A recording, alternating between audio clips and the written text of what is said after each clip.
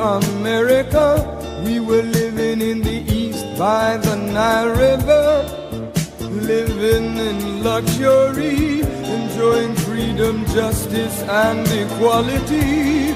We wore silken robes and slippers of gold. We were the wealthiest and the wisest people, I'm told. Now we are the poorest of the poor. Nobody wants us at their door. So my friend, it's easy to tell, white man heaven is a black man hell.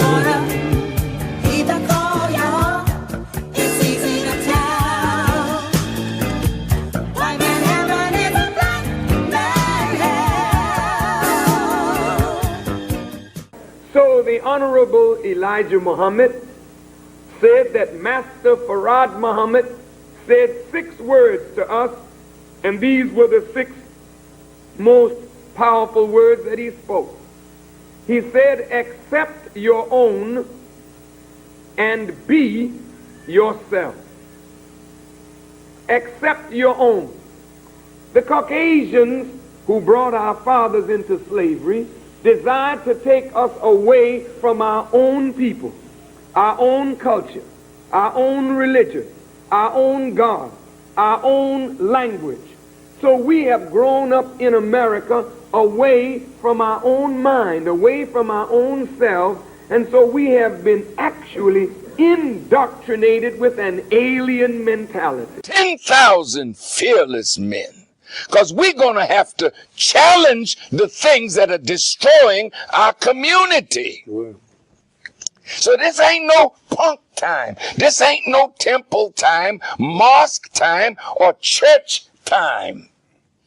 All the singing and shouting and preaching is over. Get in them streets now. Block by block. We're going to have to clean it up. The airwaves is not enough. The television screen is not enough. You got to put boots on the ground who are trained and are willing to make the sacrifice of life itself to see our community made a decent place to live. Attention. Drill.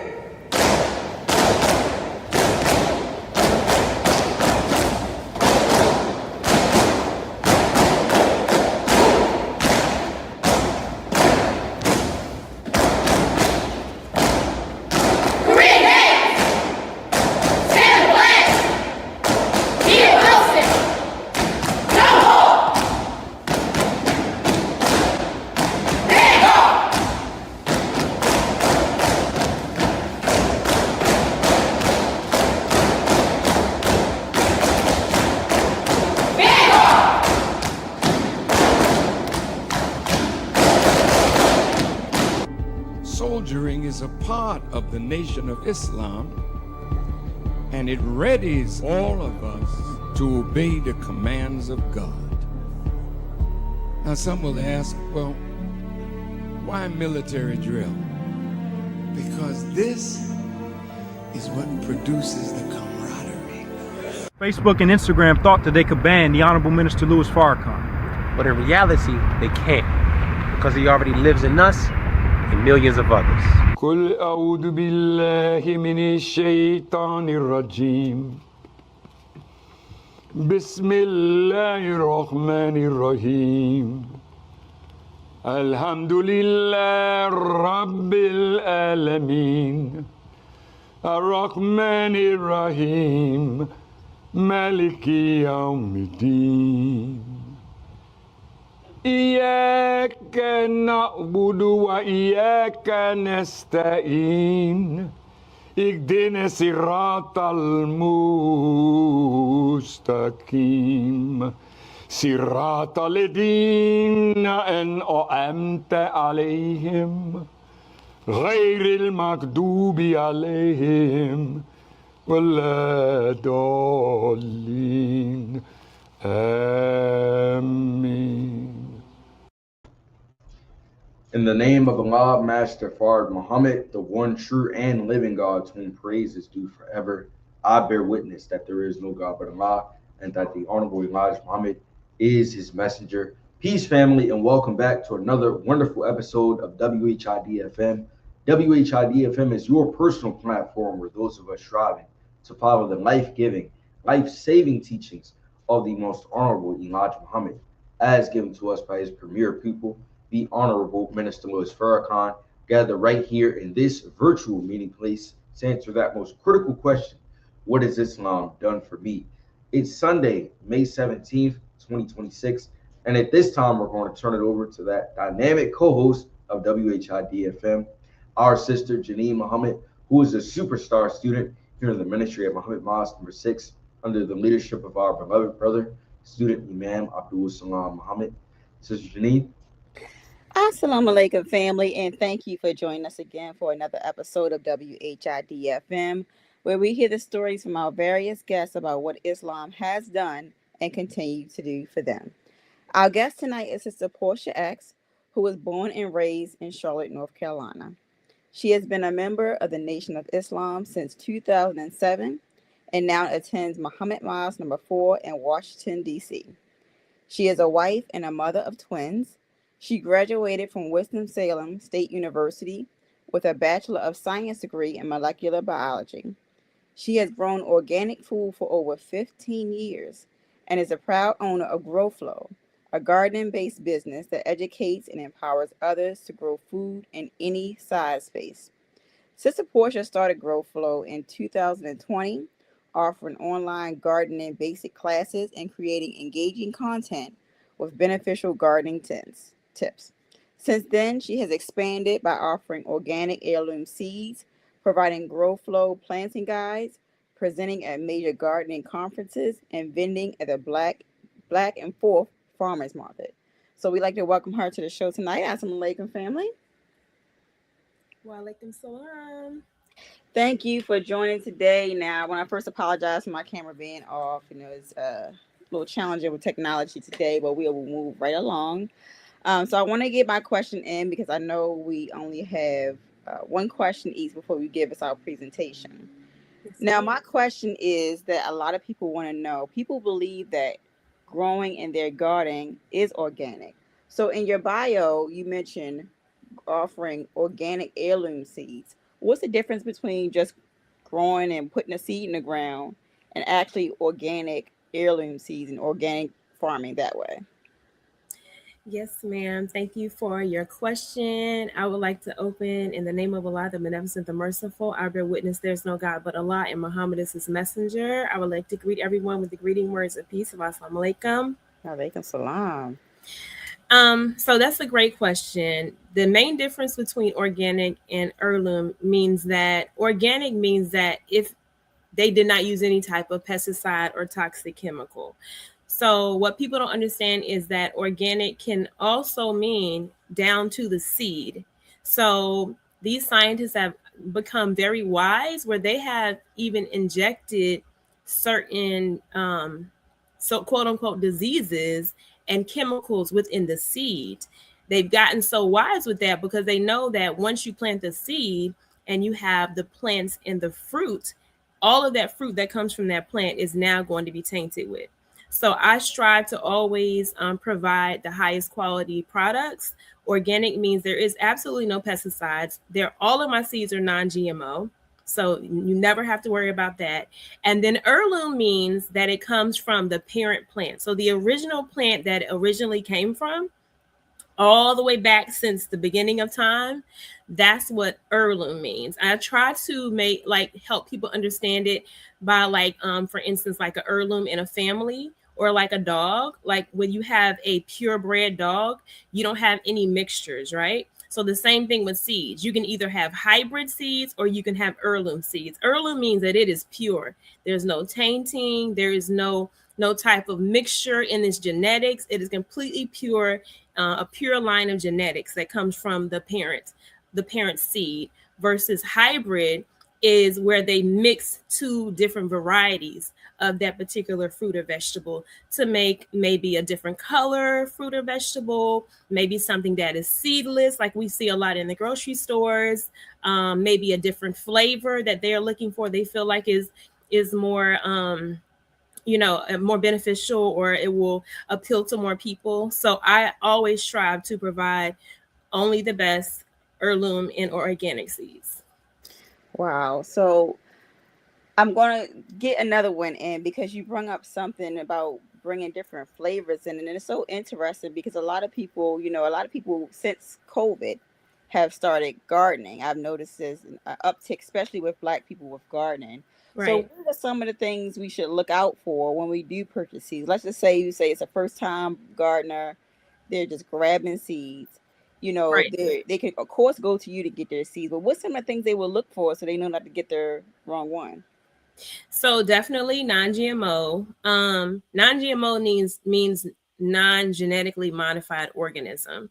So what that means is if it is a GMO seed, which most seeds that are on like the mainstream market that we have access to usually are not GMO. Usually the highly GMO seeds, or it really isn't a highly GMO, but ones that are GMO are the ones on a broader scale, meaning the ones that the broader and greater scale farmers, the ones that grow the food for like majority of the country, those are usually the farmers that have the GMO seeds. But you can also come across some that are GMO in your grocery stores, in your big box stores. So making sure if it is non-GMO, when they are modifying the organism, they can literally modify the DNA of that organism. So literally denaturing it, the way the Honorable Minister Louis Farrakhan says that we have been denatured. They are denaturing the seeds. And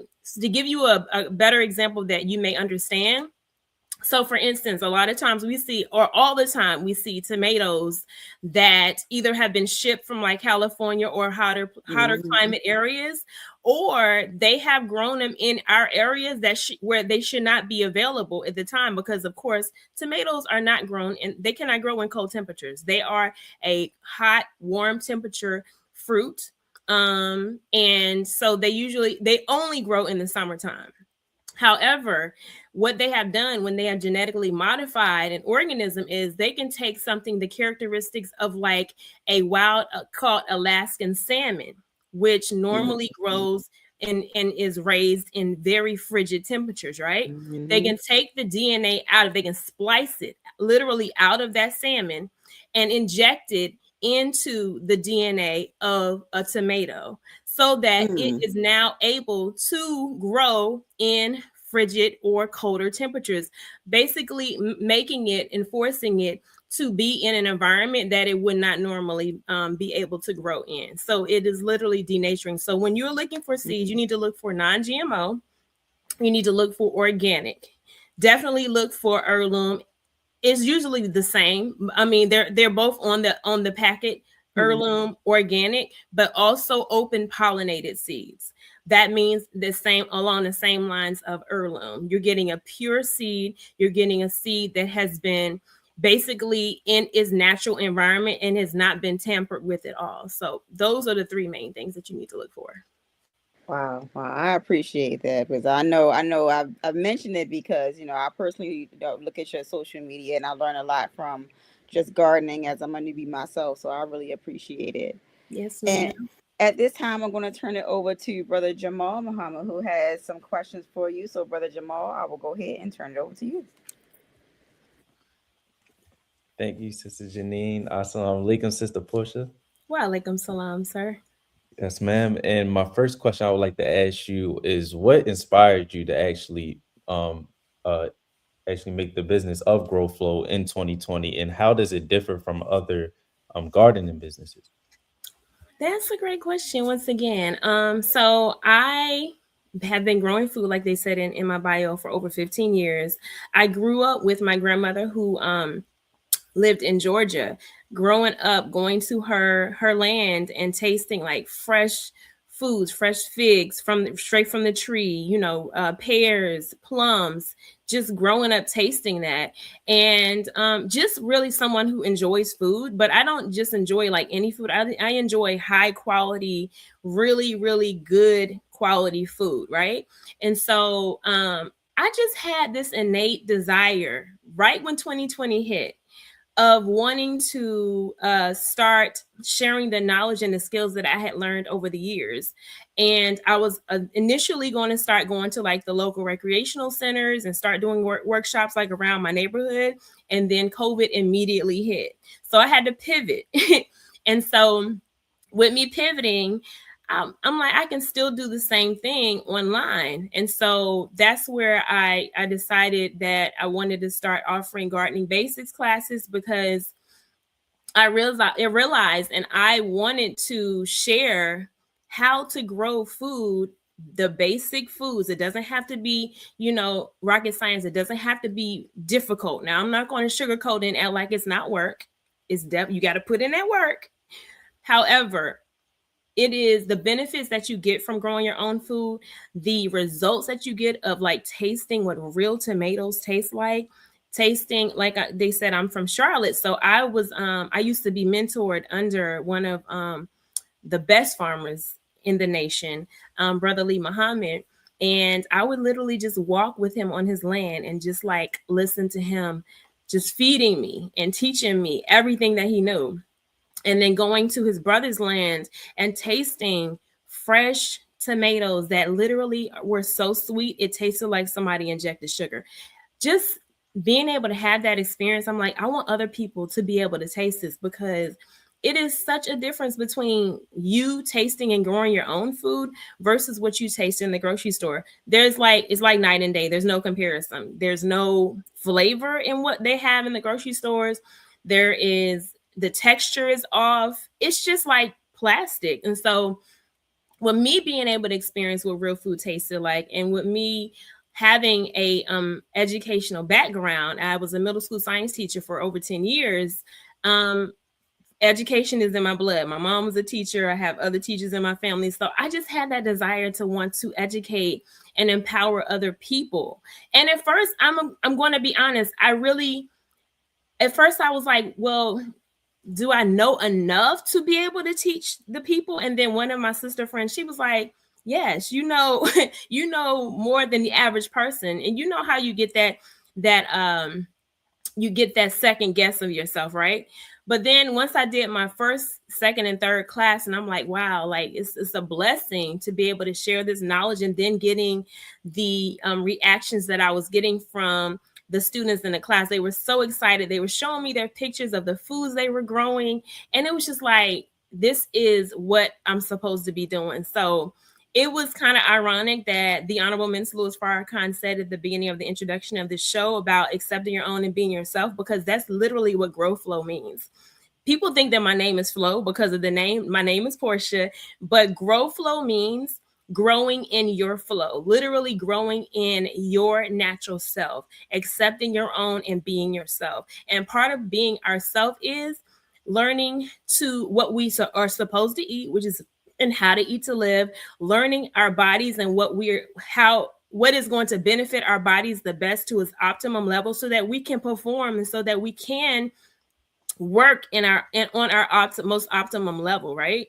And so that's where I got the name Growflow from, because I wanted to inspire people and encourage people to accept their own and be themselves and grow in their flow.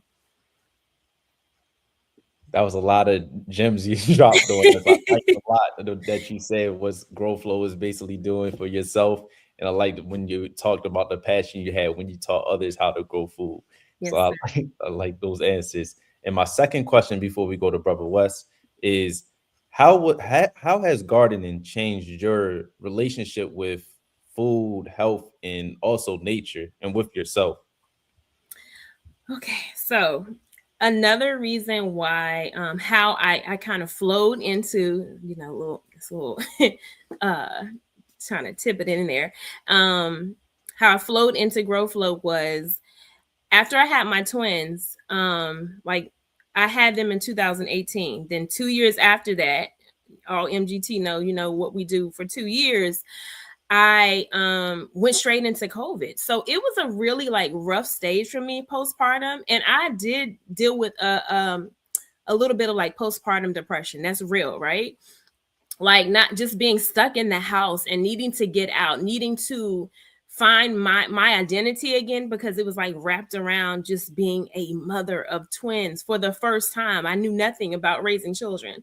And so it really, I kind of like dove into growing food and like having my husband set up something in our backyard because it's like I needed it so bad.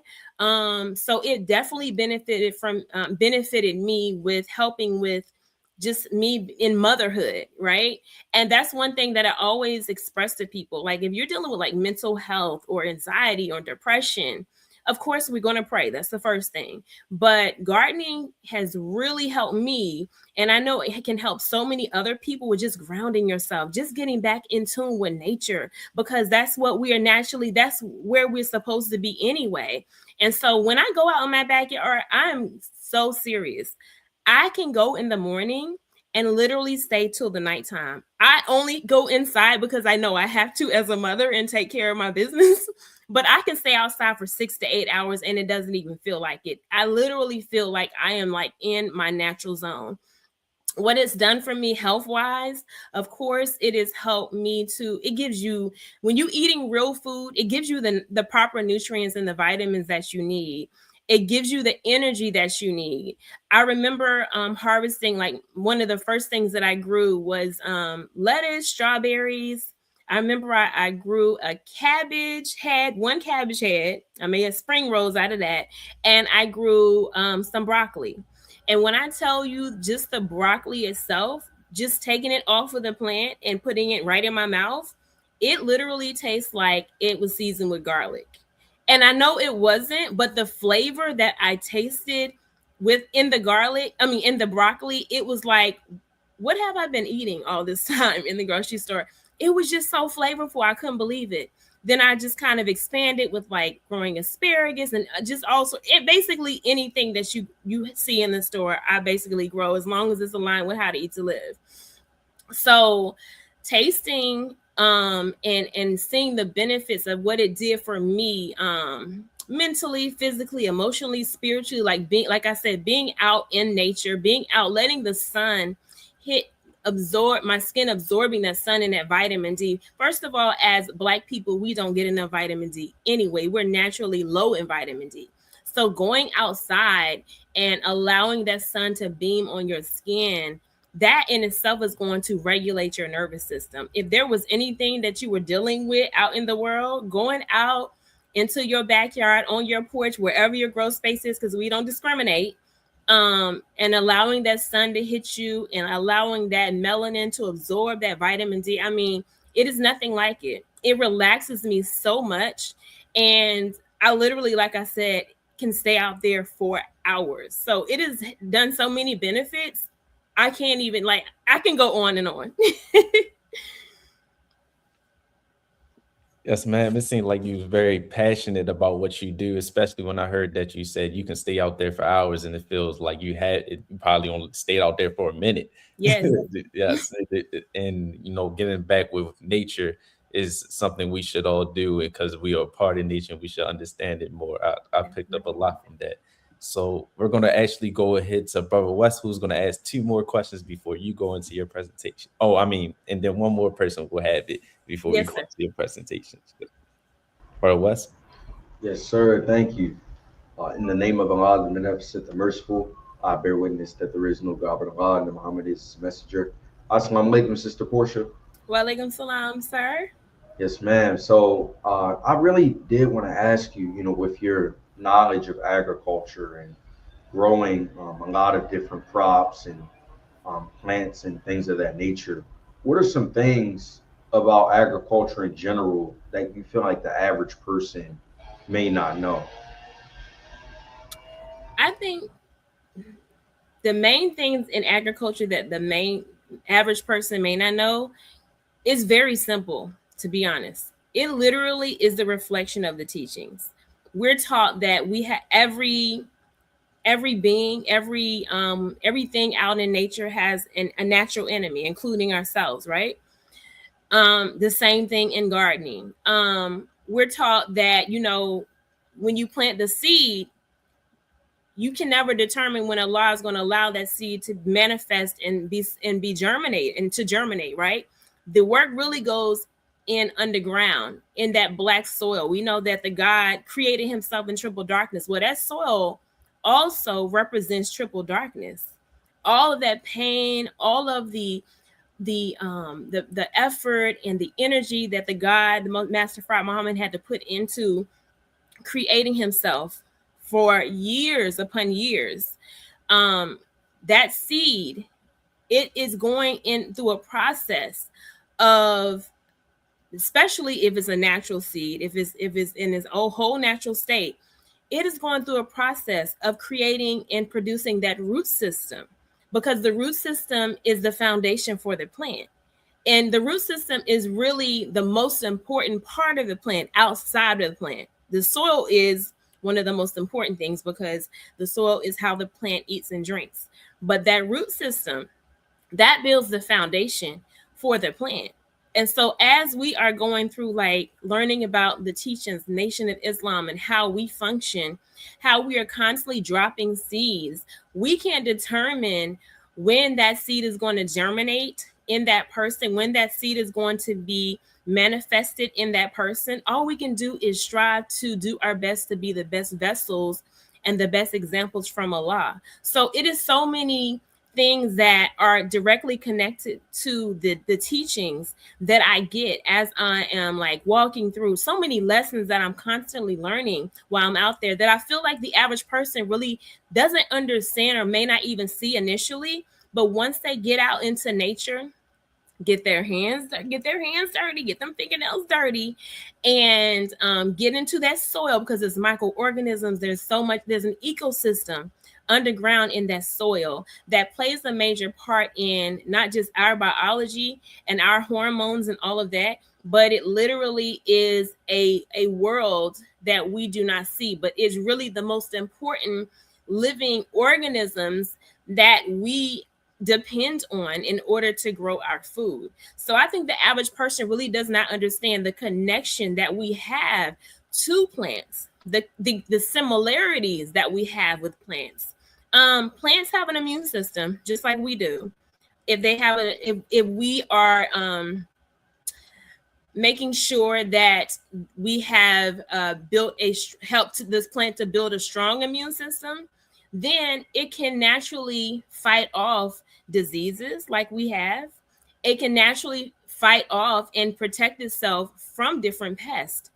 It has so many mechanisms that Allah put inside that plant, and so much intelligence inside the plant, that if we strive to ensure that the seed has the best foundation, which is the best water, which is rainwater, which is building up that soil, then the seed can live and thrive in its natural state, just like us, and live to its optimum level and potential, and live to the purpose that Allah created that particular plant to do or to be, just like us. So it's so many gems and jewels that I get from just being outside, that I feel like so many people will be excited to learn about once they really get in tune, start learning about nature, just getting quiet for a little while and allowing Allah to really speak to you while you're outside. I feel like the average person will be super inspired and excited to learn that.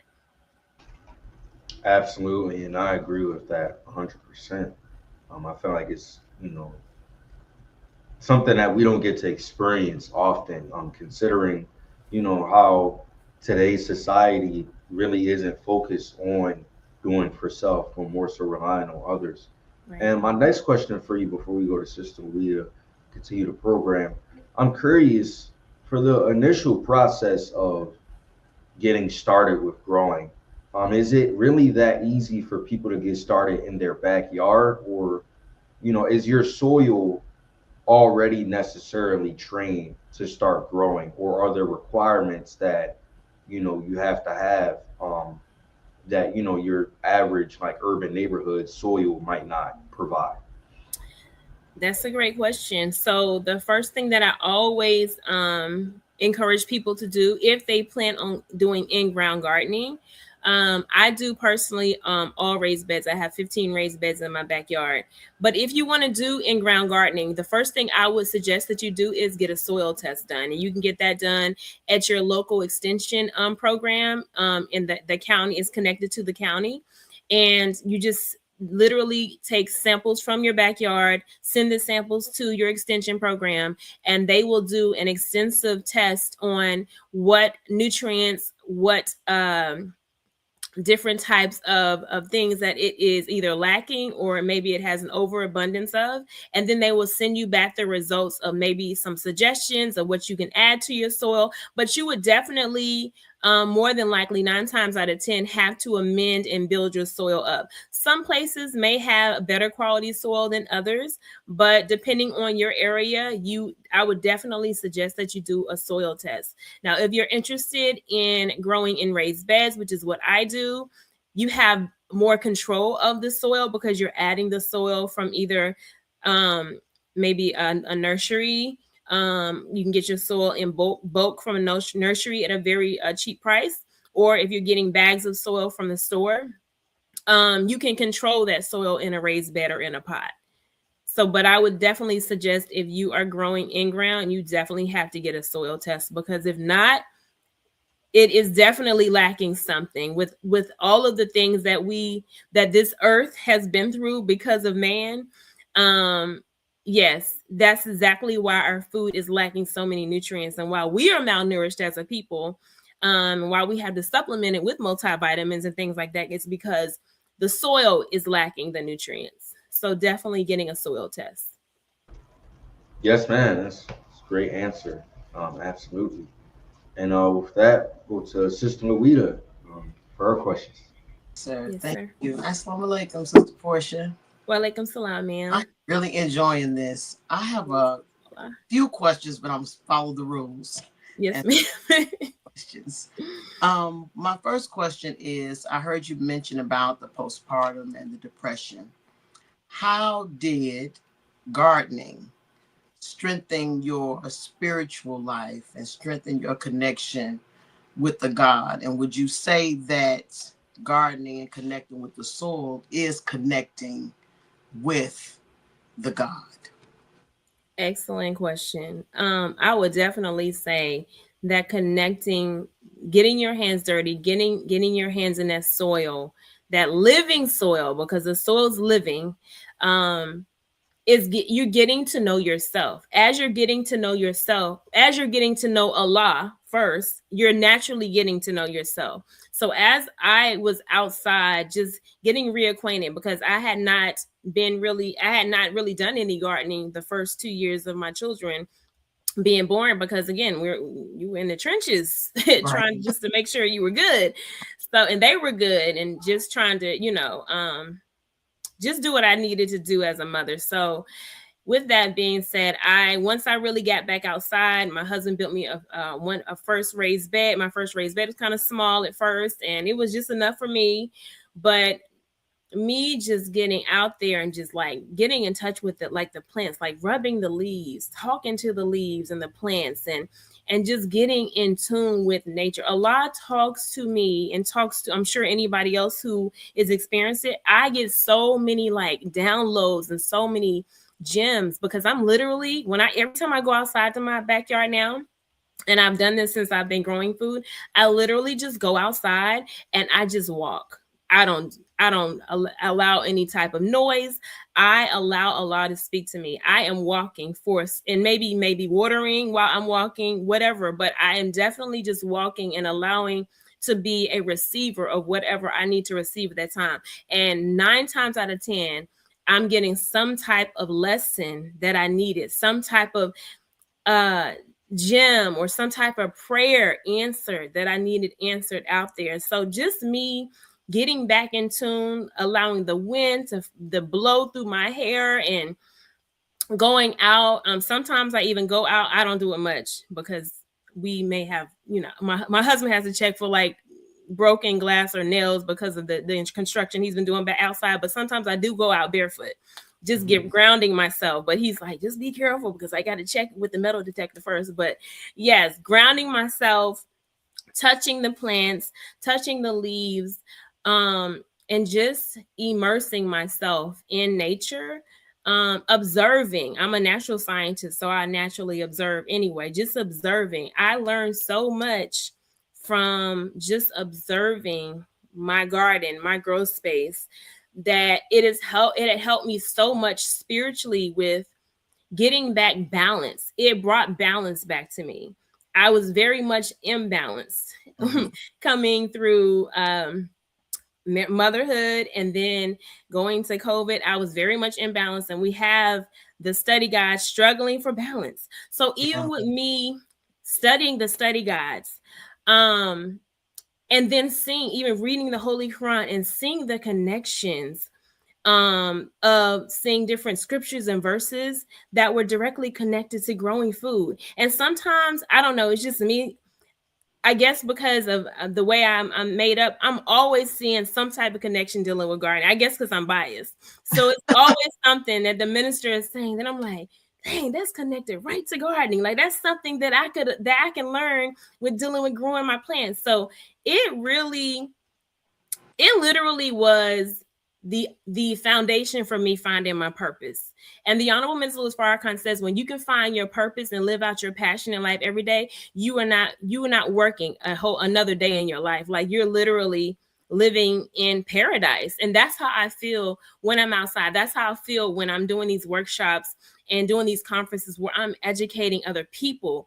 I literally feel like I am in my purpose. Me going out and going back into my backyard after me dealing with, things that a lot of mothers deal with, help me to find my purpose and my passion in life. And I can never be more grateful to Allah for that. That is so beautiful and so inspiring. So thank you for such a beautiful response. My next question is, how does the food, because I really wanted to know, I said, what does her grocery shopping look probably now a few things that are not edible, right? Yes, ma'am. But how does the food that the enemy that we consume, that we get from the enemy, affects us mentally? And not only the depression, but the mental illness, the anger. Yes. So reactive. And if you ask, why do you behave this way, they wouldn't have an answer. Yes. Would it be fair to say that it's directly related to the consumption of the food that is provided to us from the enemy? It is absolutely directly connected to the food that we are constantly consuming from the enemy. So going back to science class, food is literally considered a chemical in science. They are chemicals, but they are good chemicals on like a chemistry level. They are chemicals, right? So you have your synthetic chemicals like, pesticides and things that we can't eat because it'll hurt us. Yes. But then you also have the actual chemicals and like the carbon, like most of your foods are like carbon based, right? So because of that affects us on a chemical level. We think about our endocrine system and how our hormones are affected from our endocrine system, because our endocrine system is what basically produces all those chemicals in our body, and it regulates the chemicals. So whether we're going to be imbalanced or we're going to have balance, when we're imbalanced, we demonstrate irate behavior, anger, things that are not in our nature, right? Absolutely. And the reason why we're acting other than ourselves is because we're eating things that are other than what we should be eating. So it is directly connected. This is why I have been teaching my children since they were able to read. They are 7. They're both 7 right now. But I have been teaching them for years now how to read the labels on the back. Now, first of all, I always tell them that God's food is the best food. So eating from the outside portion of the grocery store, eating from our backyard, what God created for us is the best, because we don't use chemicals. Right. And what people don't understand is as soon as you harvest the food from the ground or wherever you're growing it, it immediately starts diminishing the nutrients immediately. So just imagine the food that we're eating in the grocery store. We have no idea how long that food has been sitting.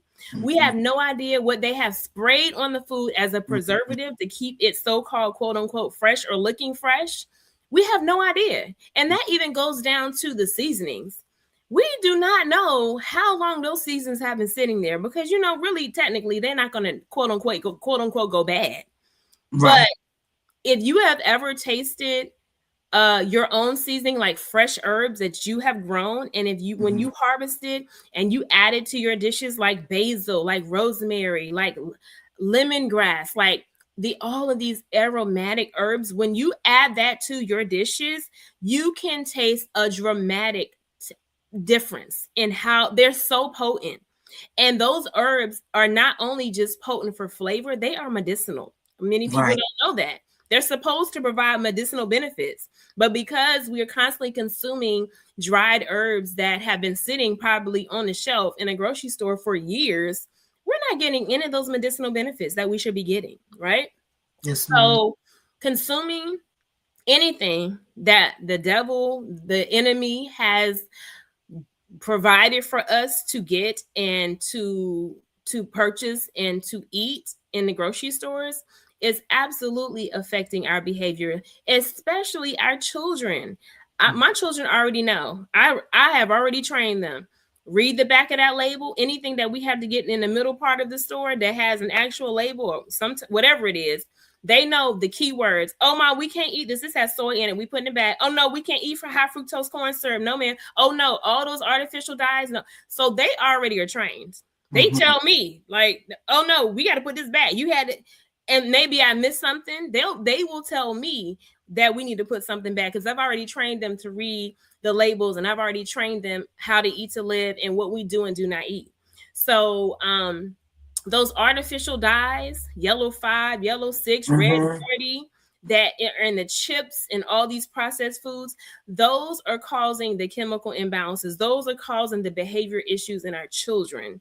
And that's what we have to understand and really get a grasp of, that once we really are more intentional with reading the labels, if we have to get something that's processed, and making sure that we're not eating that soy, making sure we're not consuming that high fructose corn syrup, because Dr. Ridgely Muhammad said that high fructose corn syrup will kill you. Okay. Making sure we're not consuming any of those artificial dyes.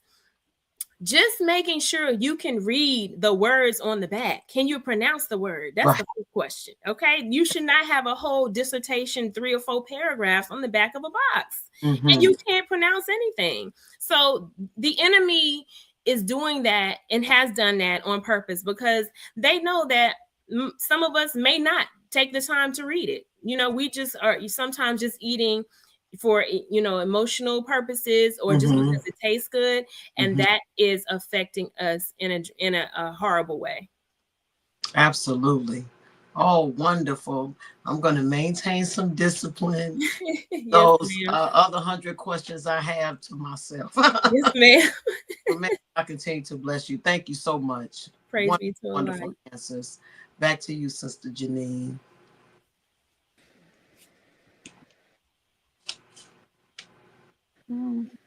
Thank you, Sister Louita. So this has been very informative, but I understand you have a presentation that you want to give to us. So I will go ahead and defer to you so you can give us some more of that wonderful information about gardening. And please, when you finish, please keep reminding us how to contact you for your products. But I will turn it over to you, ma'am. Praise be to Allah. Yes, ma'am. So I wanted to just give the listening audience some quick gardening tips that you can start applying and implementing immediately, especially in the time that we're living in. The Honorable Minister Louis Farrakhan has already stated that famine is on the horizon. So it is incumbent upon us to adhere and take the necessary steps that we need in order to survive. So first things first is purchasing seeds. Like I said, I do sell my own seeds. I sell them online. I sell them in person.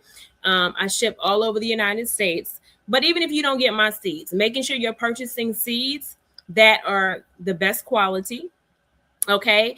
And not only purchasing, because a lot of times, especially at like the farmers market, I was there today. A lot of times people were like, oh, I'm not ready to grow right now. I'm always killing plants. I have a black thumb. And I'm like, look, you're in the right place. This is why we're here. Growflow is here to save you. But what I also encourage people to do is, even if they are not quote unquote ready to start growing, which you should be in this time that we live in, at least start collecting seeds to build your seed bank.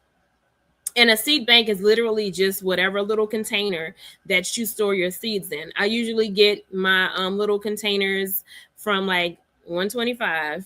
And you can get like a pencil box. You can get the little clear bins, something with a lid. You want to store your seeds in a cool, dark, dry place.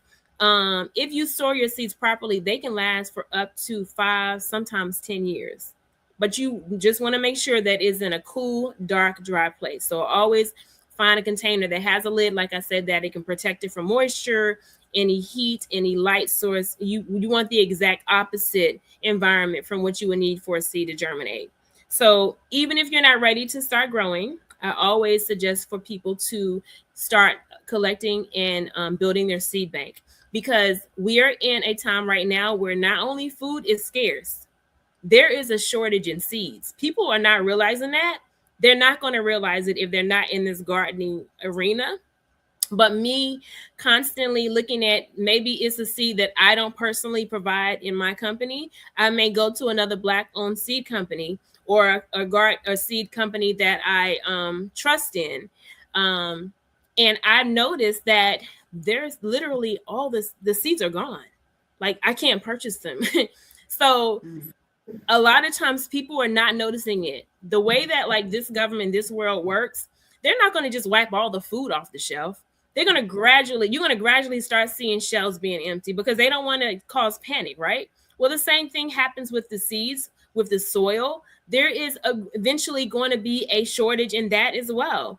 Fertilizer, there's a shortage in fertilizer, right? So first things first is building up your seed bank, collecting the necessary items that you will need in order to grow, so your good quality soil, and things like that. The next thing I would suggest is supporting local nurseries. I cannot emphasize that enough. Please support your local nurseries. Find where there is a local nursery, preferably a Black one. Okay, I have my favorite one right around the corner. The reason why I always suggest nurseries is because, first of all, they're usually owned by like small businesses or local families. And these are the small businesses that need our support. They're the first ones that get hit when there is some type of mayhem in the economy, like we're dealing with now. And so if we're not supporting them, they're going to naturally go out of business. So supporting your local nurseries. The benefits of supporting your local nursery is you not only get a better quality of seeds, you also can get better quality starter plants. Many people are just not comfortable with starting with seeds because it may just seem, just too intimidating for them, right? I will say that it is a lot more, it's a little more work to start a seed and maintain it for it to actually stay alive for you to grow food. It is definitely some intentional steps that you have to take in order to ensure that plant stays alive. So some people just want to start with starter plants. Well, first of all, the big box stores are overcharging you for your starter plants. They're charging you $8, sometimes $10 for one plant. And I can guarantee you have no idea what the origin of that seed is, whether it's organic or not. You have no idea the soil that they planted the seed in. You don't know if it's organic soil. You don't even know the energy of the person that was planting it. We always say that, like, when you want to make sure the person that's cooking your food has good energy, good spirit. Well, what about the person planting your seed? Don't you want them to have good energy? Because that energy is directly transferred into that seed. So we have no idea who is over and who has control over that seed and what type of quality soil that they use in order to germinate that seed to create that starter plant. So local nurseries usually have higher quality starter plants and products, and they have different varieties that you normally don't see in big box stores. Just like in a grocery store where you only see certain color fruit and vegetables. Like for instance, I provide orange watermelon seeds in my seed bank, in my seed shop. Well, a lot of people think that is GMO, but it is absolutely not. Allah has created all of our fruits and vegetables in an array of rainbow of colors.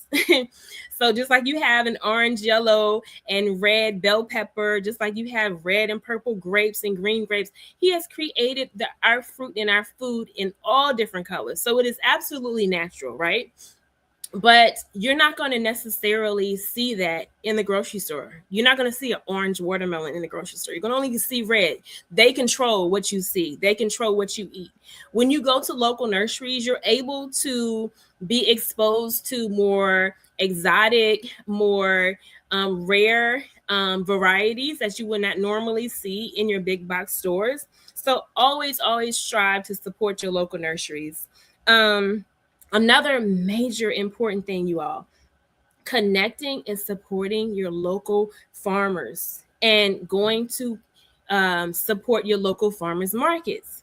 Find out in your area, where are the farmers markets taking place? There are tons of them. I know in the DMV, they got farmers markets all over the place. It's almost a farmers market on every corner, like McDonald's now, because everybody's like on top of the time and they're trying to I guess take advantage of the opportunity, or maybe they're just getting, in tune. They understand and they're striving to get back into their natural selves. So they are opening up farmers markets. They are starting to farm and grow their own food. So supporting your local farmers. Another reason why that is so important is because in this time that we're living in I like this like survival preparedness, but I also call this gardening preparedness, is because when it hits the fan, which is hitting the fan now, those farmers that are maybe there's a farmer that is raising the chickens and you need eggs from that farmer, right? Maybe it's the farmer that is raising the cows and you need the raw milk from that farmer.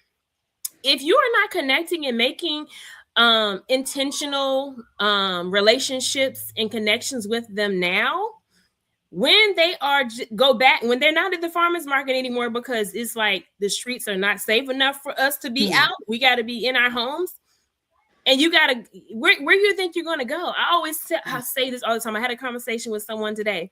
Where do you think that farmer is going to open up his gate to a stranger? He is more than likely going to be more open to opening up his property with people he has already built connections with and relationships with, people that he is familiar with, she is familiar with.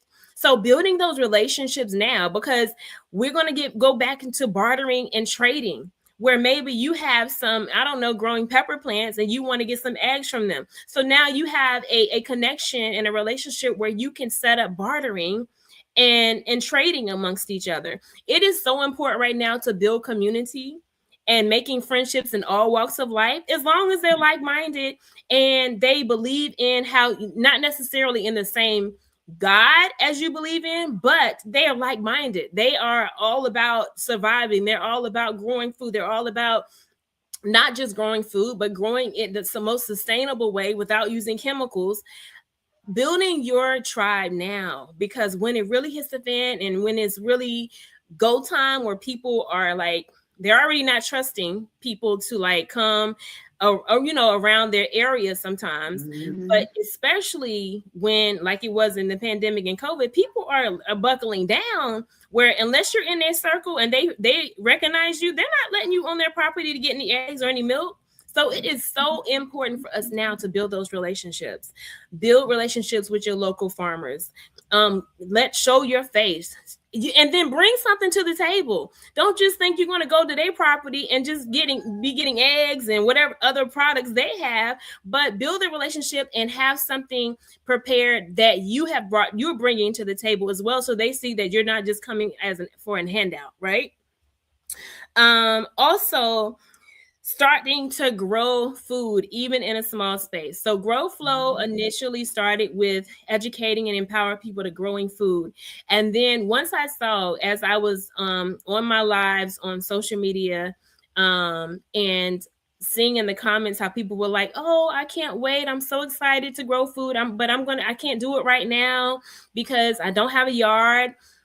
And it just resonated with me because I saw that comment so many times. And so I added a more of a specific niche in my mission with Growflow, with not just educating and empowering people to grow food, but educating and empowering people to grow food in any size space.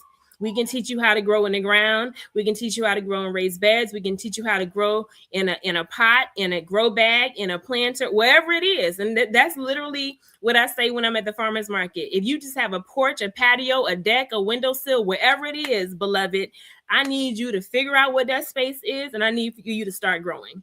So the most simplest step you can take is putting the seed in the soil. That's the simplest thing, and watering it.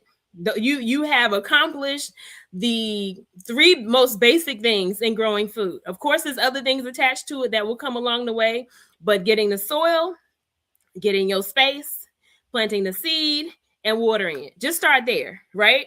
And then, of course, you have people like me and other believers and other people, like-minded people that can help you with, things that will naturally pop up as far as maybe pests or other things that you may have to deal with. Like I said, plants do deal with disease sometimes, and there's natural remedies for all of that, right? So starting to grow food, even if it's in a small space, very important. The Honorable Minister Louis Farrakhan stated that farming is the engine of our national life. So to me, that was an instruction. That was an instruction from the man of God to grow food, because if we do not grow food, he stated, we cannot be respected as a nation. If we do not grow food, how can we say that we're a nation and we're still eating from our enemy? So we have to grow our own food. That's the only way that we can be completely self-sufficient, completely independent, if we are growing our own food. And of course, we're blessed to have Muhammad Farms. We're blessed to have I think it's called Muhammad Farms in Georgia with Dr. Ridgely, but we're blessed to have so many farms in the nation already. But on a smaller scale, if we can't travel there in a time of emergency or survival, then we have to ensure that we are being sufficient enough, and we're becoming more independent enough to do for ourselves, not depend on anybody else to do anything outside of ourselves. Allah has given us everything that we need to be successful. All we have to do is tap back in and lock down ourselves, get focused, and have the faith the size of a mustard seed. I had an interview a few weeks ago about that. Having the faith the size of a mustard seed. If we take one step towards Allah and just putting the seed in the soil, he'll take 2 steps to us. You know what I'm saying? So don't overthink it. Just do it. Just do it, right? And then, like I said before, I like to call this gardening preparedness. I started using this term a few years ago when I was doing a lot of conferences and workshops on gardening. It kind of clicked in me of wanting to and needing to teach people this. So gardening preparedness to me is literally aligned with survival preparedness, but on a gardening level. So first and foremost, as you are growing your food, even if it's in one pot, let's just start there. I always strive to encourage people to incorporate perennials in your grow space. And the reason why I always encourage people to do that is because a perennial is probably one of the best investments that you can put into your garden. And the reason why is because once you plant that perennial plant, you never have to buy or plant it again. It will keep coming back every single year like clockwork. So you definitely get your money's worth. But the benefit of that is, like I said, it'll keep coming back. So examples of perennials are things like strawberries. I love growing strawberries. All of the berries, really. I have blueberries, blackberries, raspberries, all of the berry bushes, the fruit trees, of course. Like if you have room for fruit trees, peaches, pears, apples, all of those, I guess you would consider to be perennial because they just keep coming back. They go into dormant stage in the wintertime, and then they pop back up in the spring. And then my always go-to perennial, if you have the space, is asparagus. I don't know how many of you all love asparagus, but let me tell you, once you taste fresh asparagus from your backyard or your grow space, whatever it is no comparison. It is the sweetest, most tender asparagus that you will ever eat. And literally my asparagus, I've been growing mine for, I want to say 6 or 7 years now. But literally it grows the length of my arm. That's how long it is. Now, you know, in the grocery stores, that asparagus is as stubby as it wants to be. And you got to cut half of it off just to get a tender piece. Not when you're growing your own. Asparagus is like one of the MVPs of perennials, because not only is it going to always come back like clockwork. In my area, in my grow zone, it comes back every April. I'm not sure about, you know, other people's grow zones, but it also will continue feeding your family for the next 15 to 20 years. And if I don't know what other investment you're going to get that after you plant it, that only took less than $10 for the bare roots, because that's how I grow mine. What are you going to get where you have only maybe spent $10 and you're going to get something that will feed you and your family for the next 15 to 20 years? And it is so low maintenance. Like, it is so low maintenance to grow asparagus. So please, and I want to encourage everyone to try to incorporate perennials as much as possible. Also, making sure that you're growing foods with a long shelf life. Okay, what does that mean? That means things like garlic, like onions. We're taught that in How They Live, we can eat as much as that as we want. So I have a whole bed, 2 beds dedicated just to garlic and onions. And the reason why I love those is because they actually, once you cure them, after you take them out of the ground, because they grow underground, the bulbs do. Once you take them out and you cure them, meaning that you maybe hang them somewhere in your basement for like 2 weeks and like dry out that outer layer, the outer skin, so that it will be protected, it won't rot. You can literally keep it in your house for a few months, depending on the variety. They will last in your basement in a cooler, darker, dry place for months. Same thing with root crops like carrots, beets.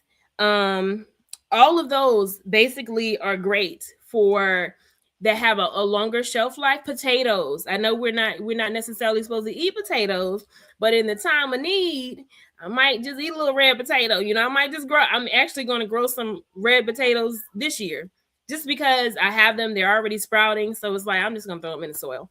But we're not supposed to eat potatoes unless you're in a frigid zone. I want to throw that out there. But in the time of need, going to eat a little potato. So making sure you're growing foods with a long shelf life. And then last but not least, one of my most favorite things to do and encourage people to do is to grow foods that such as winter squash, right? So you have a summer squash like zucchini and yellow squash. And I call them the baby plane squash, the white patty plant squash that look like a little baby plane. Those are summer squash. But you also have winter squash. So those are things like your butternut squash, your spaghetti squash, your acorn squash, your delicata squash, your kabocha squash. These are all winter squash. And if you cure them and sit them, dry them out properly, just like your garlic and your onions, you can literally leave them and they will last in your home for months without going bad. And I'm sure most of you can bear witness to that when you bought butternut squash from the store. It doesn't go bad initially. It can last for a few months. So to me, the whole idea of gardening preparedness is growing for the now, where things that you'll get a pretty, I say, quote unquote, quick harvest from. So things like lettuce, Swiss chard, spinach, your tomatoes, your peppers, eggplant, things that you can kind of grow right now and eat, but also focusing on things that you need to grow that will feed you in the months, especially in the wintertime. And also, I know I've said a lot, but also one thing that I have started recently doing since last year is focusing on only growing a certain variety of tomato. So not to get too deep into my, gardening class, but there's 2 different types of tomatoes. You have a determinate variety and you have an indeterminate variety. Well, normally I've been growing the indeterminate. Indeterminate just means that tomato plant can grow 10, 12, 15 feet high, depending on how tall your stake is or whatever support system you have for it to grow. It can literally probably grow up to the trees if you had something to support it. And it will continue bearing fruit until the frost takes it out. The determinate tomatoes, however, will only grow a certain height. So maybe, 4 to 5 feet high. And they will bear all the fruit at one time. So indeterminate, you get maybe tomatoes 2 or 3 at a time every week, right? So it's not like a whole bunch of tomatoes in one time. But determinate tomatoes, that particular plant produces all the fruit at one time or around the same time, and then it completely dies off. That's perfect for us who like to can. So canning, so growing things that you can can. Most of your determinate varieties of tomatoes, like your San Marzano, like your tomato paste tomatoes, these are all Roma tomatoes. These are all tomatoes that you can make your tomato sauce with, your pasta sauce, your tomato paste with. So I have started shifting over since last year of just purely growing determinate tomatoes. It was one of the best decisions I ever made, because just the headache of having to support an indeterminate tomato, I had to get like 15, I think they're 10-foot poles from like Tractor Supply store just to support it, because it will get as tall as you allow it to. And it's like, there's certain varieties of indeterminate that I enjoy, but it's like, it's not that serious. I would rather grow my determinate tomatoes and be able to can those determinate tomatoes, because they're producing all at one time. So I don't have to keep waiting 1 week, 2 weeks, 3 weeks to keep harvesting tomatoes. So those will be my pointers for everyone. Just get started. Yes, ma'am. Started. Praise be to Allah. We appreciate it. I know that was a wealth of information, and our family, I hope you all were taking notes, because this is information that we really need, especially in this day and time. But before we get to, we have a couple of questions that came in, few actually. Yes, ma'am. I'm going to turn it over to Brother West, who is going to give us our station ID. Brother West? Yes, ma'am, absolutely. Family, we just want to thank you all for tuning in and remind you that you are listening to WHID-FM. Without you, there is no WHID-FM. So once again, we thank you for tuning in and spending your valuable time with us. If you have any suggestions, you can send us an email at WHID1919@gmail.com. And also, please subscribe to WHID-FM on YouTube and follow us on Facebook if you haven't already. And next week, inshallah, our guest will be our brother student minister Randy Muhammad from Muhammad Mosque number 11 in Boston, Massachusetts. So make sure you tune in for that wonderful episode right back here on WHID-FM. And with that, we will be right back after these messages.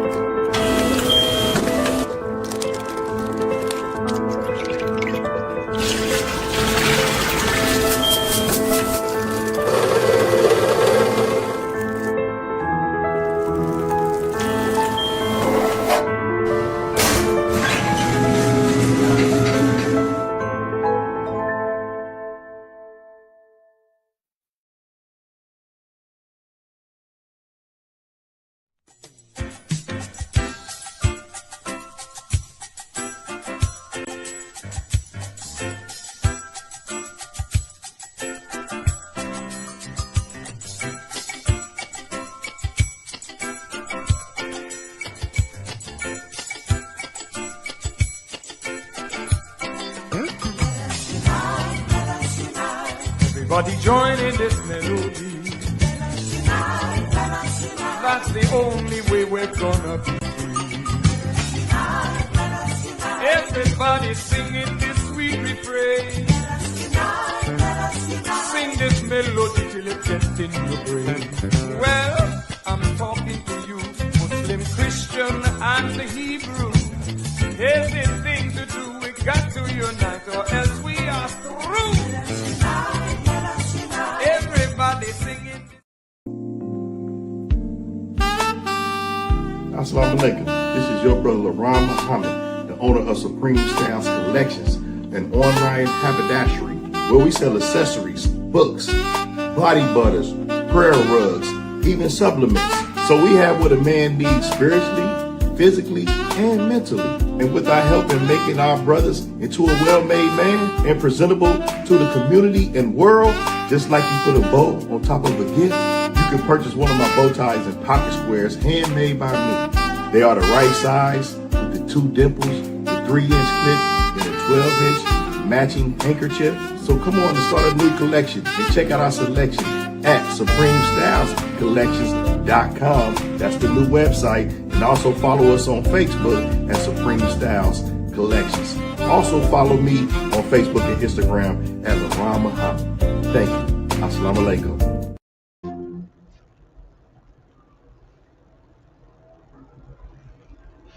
Okay, perfect. So we did have a couple questions. And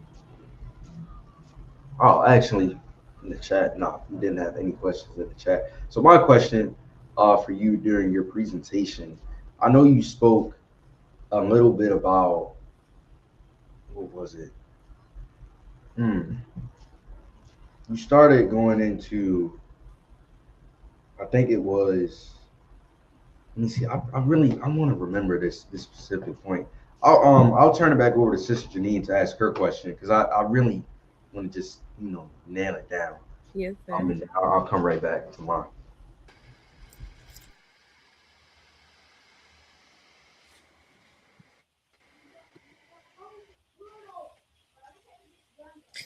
All right, Sister Portia. So sorry about these technical difficulties, but I wanted to get into a questions that was actually sent to me. Yes. So we're going to do a little bit I'm going to try to squeeze all the questions in. So we're going to do a rapid fire question round. So the first question that was sent to me is, how long can you store seeds? Do they ever expire? So yes, ma'am. Seeds can expire, but the way that you can prolong the vitality of your seeds is by storing them properly.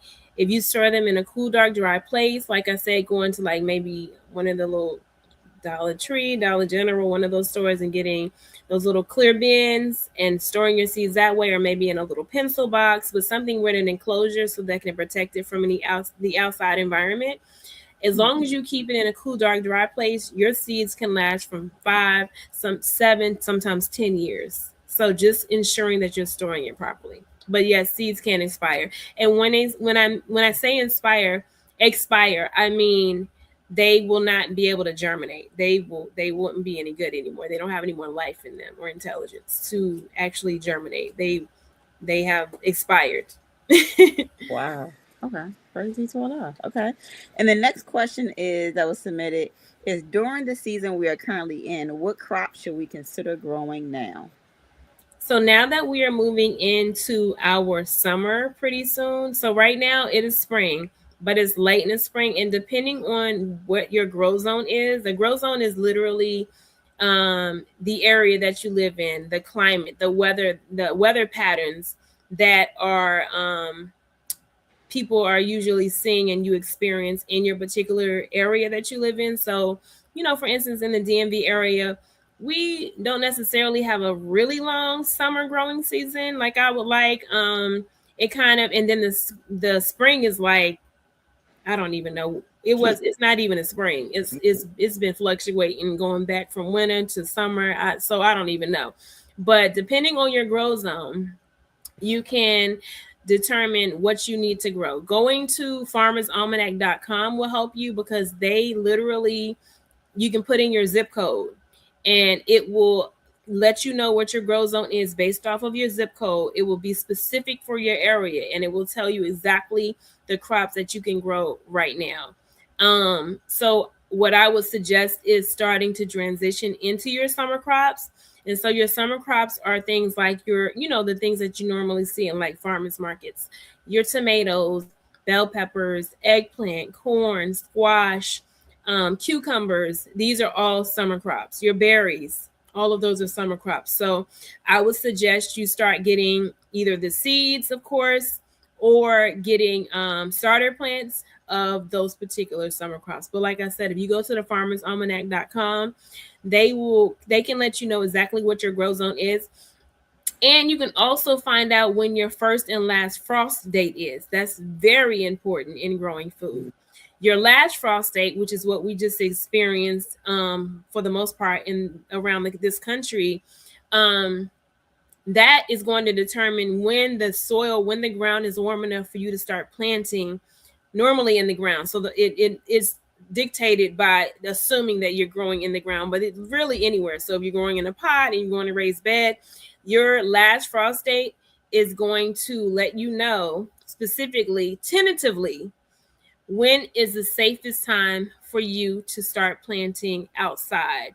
And normally most of your summer crops, they require at least like 70 to 75, sometimes 80 degree weather, and it needs the soil to be a certain temperature in order for it to be safe for those plants and for those seeds to actually germinate and for them to survive. A lot of your summer crops, you do not want the temperature to go below 50 degrees. Once you start, you're going to become a weather professional, a weatherman and weatherwoman, because you're going to have to start paying attention to that 10-day forecast. That's going to let you know, like for right now, for us gardeners and farmers, okay, now that I'm seeing consistently that the temperature is above 50 degrees, that is letting me know now I feel safe enough to go ahead and put all of my starter plants that I started in January, and they were under grow lights in my house. Now I can put them outside, which is what I did this past week. Usually in my area in Grow Zone 7B, 8A, they say the safest time is just to wait till after Mother's Day. That's usually the time where we usually do not experience any frost in my area. But again, you have to find out specifically for your grow zone when that is. And then your first frost date, which is in the fall and coming into the winter, that is going to let you know as a grower when is the best time for you when's the last time, the safest time for you to grow and have your summer crops growing. Do you need to put them in some form of a greenhouse or something, a row cover or something to protect them? Because most of these summer crops, when that frost hits, they're not going to make it. So like I was telling you about the indeterminate tomatoes, once the frost hits, they die off. So it's important to know when your first frost date is and when your last frost date is. Yes, ma'am. Thank you for that. And then we have two more questions. The next question is for someone that is first time new to gardening. What do you think is the first 3 plants they should start gardening that are the easiest to grow? The top three for me, I would say would be, of course, lettuce. Lettuce, you're going to get a quick harvest within like 4 to 5 weeks. You're going to start being able to harvest or see some form of lettuce growing. I would say tomato bush variety, and I would say green beans. Most beans are super easy to grow and they're so plentiful. So you're going to get a lot of tomatoes. You're going to get a lot of beans on that one plant. And this is one tip I would like to say before I move on. And I say this all the time to the family that I meet at the farmer's market. Please do not season with your seeds. Do not be shaking your whole seed packet on the soil. We don't do that. We're going to do better in 2026. We do not season with our seeds. I tell my customers and my Growflow family specifically, I weigh every single seed packet myself individually, right? And I know how much is in each. I'm measuring grams. I know how many grams is in each pack of seeds. You literally only need 2 seeds for that particular pot or whatever, the hole, if you're doing it in the ground, you only need 2 seeds. You do not need to season your ground or your grow space with the whole packet of seeds. I have enough seeds in my seed packs that I sell for at least 2 to 3 growing seasons or more. So save your seeds. Do not waste your seeds in one growing season. It is unnecessary. And especially if you're a beginner gardener, you're going to be overwhelmed because you're going to have all these seedlings sprouting up and you're not going to know what to do with them.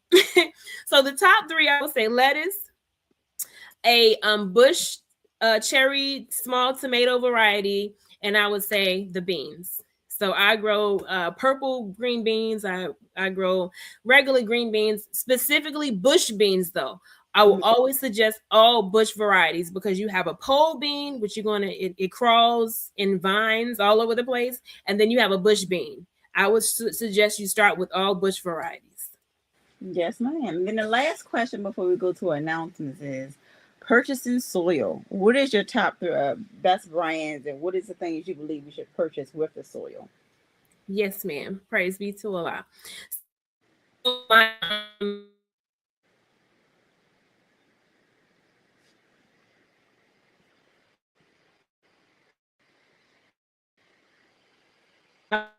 So, about my soil, because again, I tell you, in addition to the roots being the foundation, you have healthy roots, you have a healthy plant, you have healthy food, you have a healthy person.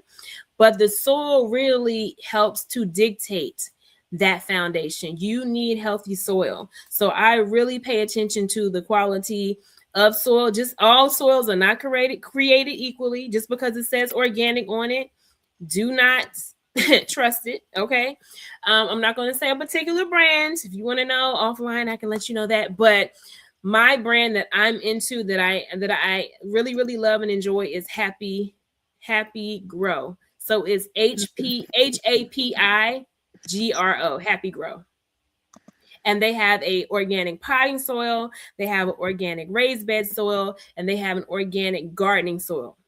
It's important that you know the difference between those. You need a potting soil for pots or containers. You need raised bed soil for the raised beds, of course, and then you need gardening soil for if you're doing it in the ground. And the things that I love to add to I don't necessarily like to consider them fertilizers because it sounds so synthetic and unnatural.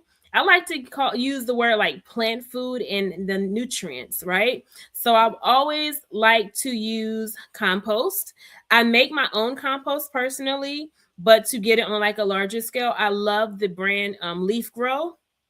It's FEAFLEAFGRO, Leaf Grow. Everything leads off a W, just like Growflow. But so Leaf Grow is a great organic compost brand variety. And then for worm casting, I also use organic worm casting. Everything that I use is organic. My worm casting, really any brand that says organic worm casting would be sufficient and would suffice. So worm casting is basically the worm's waste.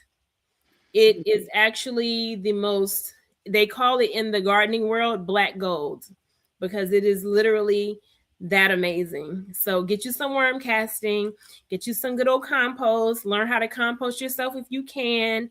But those are the brands that I trust in. Yes, ma'am. Praise be to Allah. Well, we thank you for that. I know in the chat they're already asking for a part 2, so we're definitely going to have to, bring it in for a part 2, just so we can get time to really dig deep and break everything down. But we definitely appreciate everything that you have given us. I know it's been helpful for me, and I know it's been helpful for the audience as well. But for those who have not, we haven't had time to get to everyone's questions. We do apologize, but we do hope that we get our sister back on for part 2, and we will definitely get those questions answered. Before we go to announcements, Sister Portia, is there an email address or how can people contact you if they want to know more? Yes, ma'am. So you can find me on all social media platforms. I'm on TikTok, Instagram, and Facebook, Growflow19. So that's GROWFLO19. That's the one. That's the number of the woman. You can find me on also Growflow on YouTube. I'm working right now and actively working and starting my YouTube channel. It's already started and established, but I'm working on building on it. And my email is info@grow-flow.com. info@grow-flow.com. That's my email address. Yes, ma'am. Thank you for that so much. And family, if you like what you heard today, and I'm sure you have, we just have a few announcements for you all. You are invited to study with the Nation of Islam to learn the teachings of the Most Honorable Elijah Muhammad, as taught by his chief helper, the Honorable Minister Louis Farrakhan, by going to www.noi.org/go study. We have weekly webcasts every Sunday at 10 a.m. Central Standard Time, 11 a.m. Eastern Standard Time. Final Call Radio, download it on all your devices. Take it with you on the go. Whether you're going to work or going to school, it's nothing better to have playing in the background than playing the Honorable Minister Louis Farrakhan 24/7, especially in this day and time. Speaking of Final Call, the Final Call newspaper, you see the cover that's on the screen.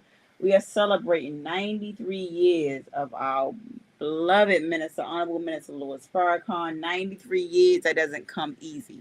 And we know God has backed him, is still backing him 100%. So get your copy of your Final Call from one of the brothers on the street. You can go to finalcall.com. You can get a digital subscription. And don't forget to get a subscription for our brothers and sisters that are behind bars, because as we know, they can lock them up physically, but they cannot lock up their mind. So one of the last comments we have, if you want a book that greatly empowers your child and showcases their self-worth, look no further than I Never Knew I'm All That, book 1. This book affirms our children's needs. You can get it on Amazon.com, and it's written by our host, Brother Donald Muhammad, illustrations by our sister Amina Lay. And if you are in the Richmond area, please come see us and visit us every Sunday to hear the reality of God delivered by the local representative of the Honorable Minister Louis Farrakhan there in Richmond, Virginia, Student Minister Tracy Muhammad. And here in Baltimore, if you're able to visit us, we're at 2801 North Dukeland Street.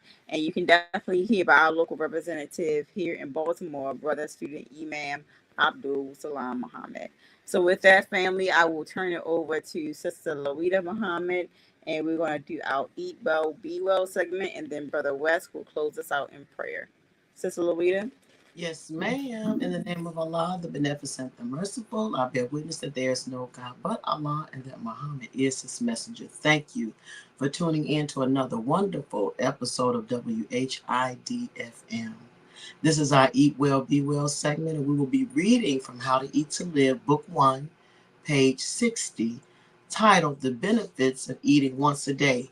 I find it very interesting that Sister Portia talked a lot about the benefits. The benefits of eating once a day.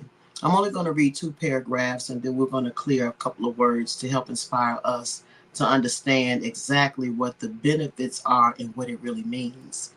As many people are writing to me, meaning Most Honorable Elijah Muhammad, as many people are writing to me for personal answers as to what we should and should not eat, I think it would lessen my work and be wise if you kept this book where you may refer to it when needed. Many of my followers write and tell me of the results they are receiving from eating 1 meal a day or 1 meal every other day. This will produce good results and lengthen our lives. But children should not be forced to fast or to eat once a day or once every other day. Now, if you think about that sentence, this will produce good results and lengthen our lives, that sounds like a benefit. Now, the word benefit comes from the Latin word beneficium, which actually means favor, well, good deeds, kindness, and advantage. It is defined as an advantage, profitable, or a helpful outcome. It's interesting that the God is called the Beneficent, the Merciful. There's a benefit to how to eat to live. It's a good deed that he gave us the Most Honorable Elijah Muhammad to present to us how to eat to live and the value of 1 meal a day. I will close this out from the Holy Quran, Surah 7, titled The Elevated Places, Ayat 31. O children of Adam, attend your adornment at every time of prayer, and eat and drink, and be not prodigal. Surely he loves not the prodigals. Well, prodigal means wasteful.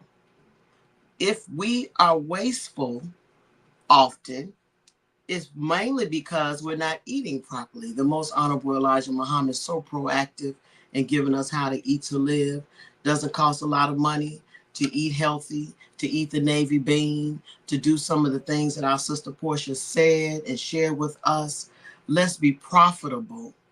Let's be gracious and obedient to the 1 meal a day and enjoy the benefit from the beneficent and the merciful God. Thank you all for listening. I greet you all in the greeting words of peace of Assalamu alaikum. Back to you, Brother Wes. Praise be to Allah. Had a wonderful episode, and a lot of great questions asked, a lot of great questions answered. And with that, we're going to close out in prayer. Attention prayer. Bismillah ar-Rahman ar-Rahim. Alhamdulillah Rabbil Alameen. Rahman ar-Rahim. Maliki yawmiddin. Iyyaka na'budu wa iyyaka nasta'in. Ihdina as-sirata al-mustaqim. Sirata alladhina an'amta alayhim ghayril maghdubi alayhim waladdallin. Ameen. Assalamu alaikum, family. This house is dedicated to knowledge and to the spreading of knowledge. Elijah Muhammad inspired new thought, new mind, new way of civilization among black people. But he wanted a house from which a light could be lifted up to give guidance to all who would be guided as this world begins to close down. This National Center for the re-education and retraining of the black man and woman, but for the totality of the human family of our planet. I named this mosque after the only woman that the Quran names a chapter after, the mother of Jesus, Maryam.